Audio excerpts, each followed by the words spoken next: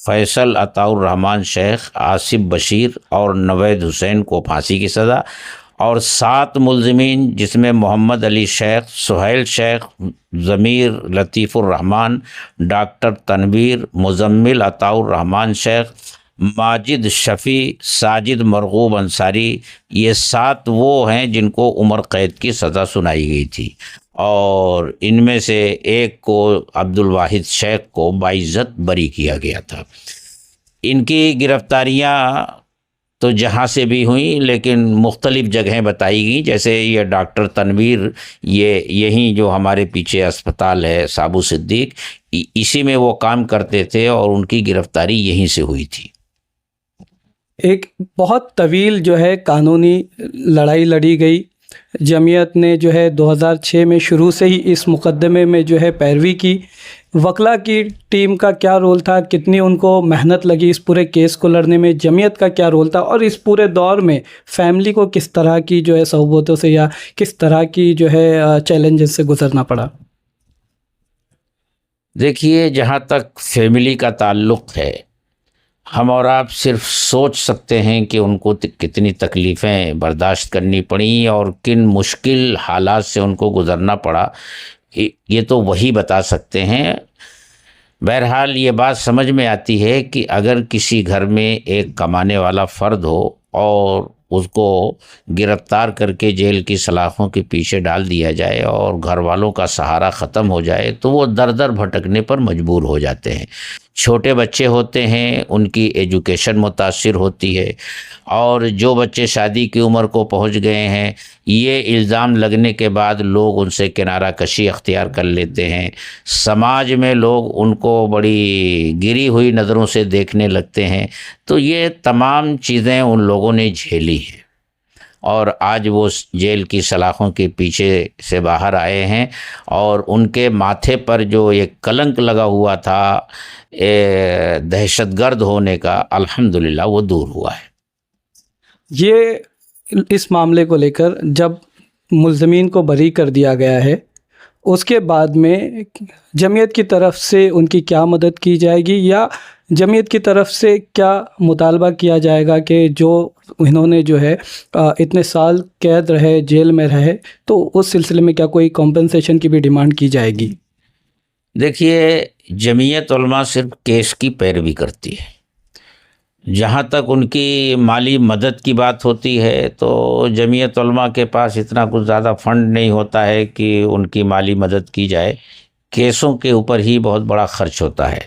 ہاں، جمعیت علماء چونکہ ایجوکیشن کی فیلڈ میں کام کرتی ہے، اگر ان کے گھروں میں کوئی ایسا بچہ ہوتا ہے جو ایجوکیشن میں ہے، اسکول میں پڑھ رہا ہے، کالج میں پڑھ رہا ہے، تو ہماری کوشش یہ ہوتی ہے کہ اس کی تعلیم کا سلسلہ منقطع نہ ہونے پائے، اس کی فیس کم سے کم ہم یہاں سے ادا کرتے ہیں تاکہ وہ اپنی تعلیم کا سلسلہ جاری رکھ سکے۔ حضرت، ایک سوال یہ کہ ہائی کورٹ سے، بامبے ہائی کورٹ سے تمام لوگوں کو بری کیا گیا ہے، اور اب ایک ایسی خبر آئی ہے کہ مہاراشٹر حکومت نے اس فیصلے کے خلاف جو ہے سپریم کورٹ سے بھی رجوع کیا ہے، اس سلسلے میں کیا تیاری ہے؟ دیکھیے، جمعیت علماء کے کام کرنے کا طریقہ یہ ہے کہ جب اس طرح کے واقعات پیش آتے ہیں، گرفتاریاں ہوتی ہیں، اور گرفتار ہونے والے کے گھر کے لوگ، ان کی فیملی کے لوگ جمعیت علماء کے یہاں آتے ہیں اور درخواست کرتے ہیں کہ ہماری مدد کی جائے اور ہمارے کیس کی پیروی کی جائے، تو جمعیت علماء پہلے ان سے درخواست لیتی ہے، پھر اپنے وکیلوں کے ذریعے یہ انکوائری کرواتی ہے کہ آیا یہ واقعی مجرم تو نہیں ہے، تو ہمارے وکیلوں کا تجربہ اگر یہ کہتا ہے کہ یہ مجرم نہیں ہے تو جمعیت علماء پھر ان کا کیس لیتی ہے اور لڑتی ہے۔ جمعیت علماء یوں ہی کسی کے کیس میں نہیں جاتی جب تک اس کی طرف سے درخواست نہ آئے، اور جب تک جمعیت علماء کو اس کا اطمینان نہ ہو کہ یہ شخص بے قصور ہو۔ اگر کوئی قصوروار ہے، مجرم ہے، تو جمعیت علماء بالکل اس کے کیس میں ہاتھ نہیں لگاتی، کیونکہ ہمارا یہ ماننا ہے جو مجرم ہے اس کو اس کے جرم کی سزا ملنی چاہیے. یہ ہمارا ملک دستوری ملک ہے، دستور کے اعتبار سے چلتا ہے، اور جمعیت علماء اس ملک کے ساتھ محبت کرتی ہے، اس کی وفاداری پوری کی پوری اس ملک کے ساتھ ہے. جمعیت علماء کے تصور میں بھی یہ بات نہیں ہے کہ وہ کسی دہشت گرد کی مدد کرے گی.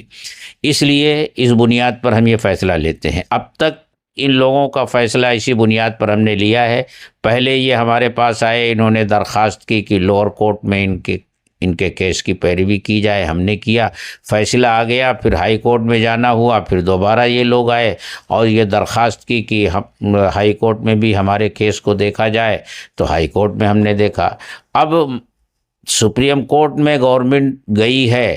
اب اگر ان لوگوں کی طرف سے پھر درخواست آتی ہے کہ جمعیت علماء ہمارا کیس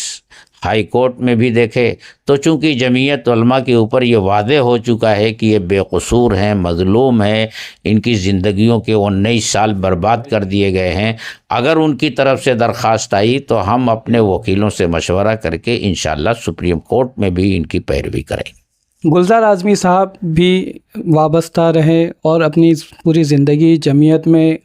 یہ کام کرتے رہے، مقدمات میں کافی پیش رہے. اب ان کی غیر موجودگی میں، کیونکہ وہ اب انتقال فرما گئے ہیں، وہ نہیں ہے، اور اس کے بعد میں یہ جو مقدمہ آیا ہے اس کا فیصلہ ہے، اس کو لے کے ان کی کوشش کے بارے میں کیا کہیں گے؟ دیکھیے، گلزار صاحب نے جب سے یہ مقدمات شروع ہوئے اس کی پوری کمانڈ انہی کے ہاتھ میں تھی. چھوٹے بڑے تمام مقدمات وہ دیکھتے تھے اور پوری ہمت اور حوصلے کے ساتھ وہ اس میدان میں ڈٹے رہتے تھے. ان کے انتقال کے بعد ایک بڑا خلا پیدا ہوا اور یہ مسئلہ سب کے سامنے آیا کہ اب مقدمات کے معاملات کو کون دیکھے گا. تو ایک کمیٹی تشکیل دی گئی اور اس کے حوالے کیا گیا کہ یہ کمیٹی باہمی مشورے سے مقدمات کے معاملے کو دیکھے گی. اور ہمارے سامنے چونکہ گلزار صاحب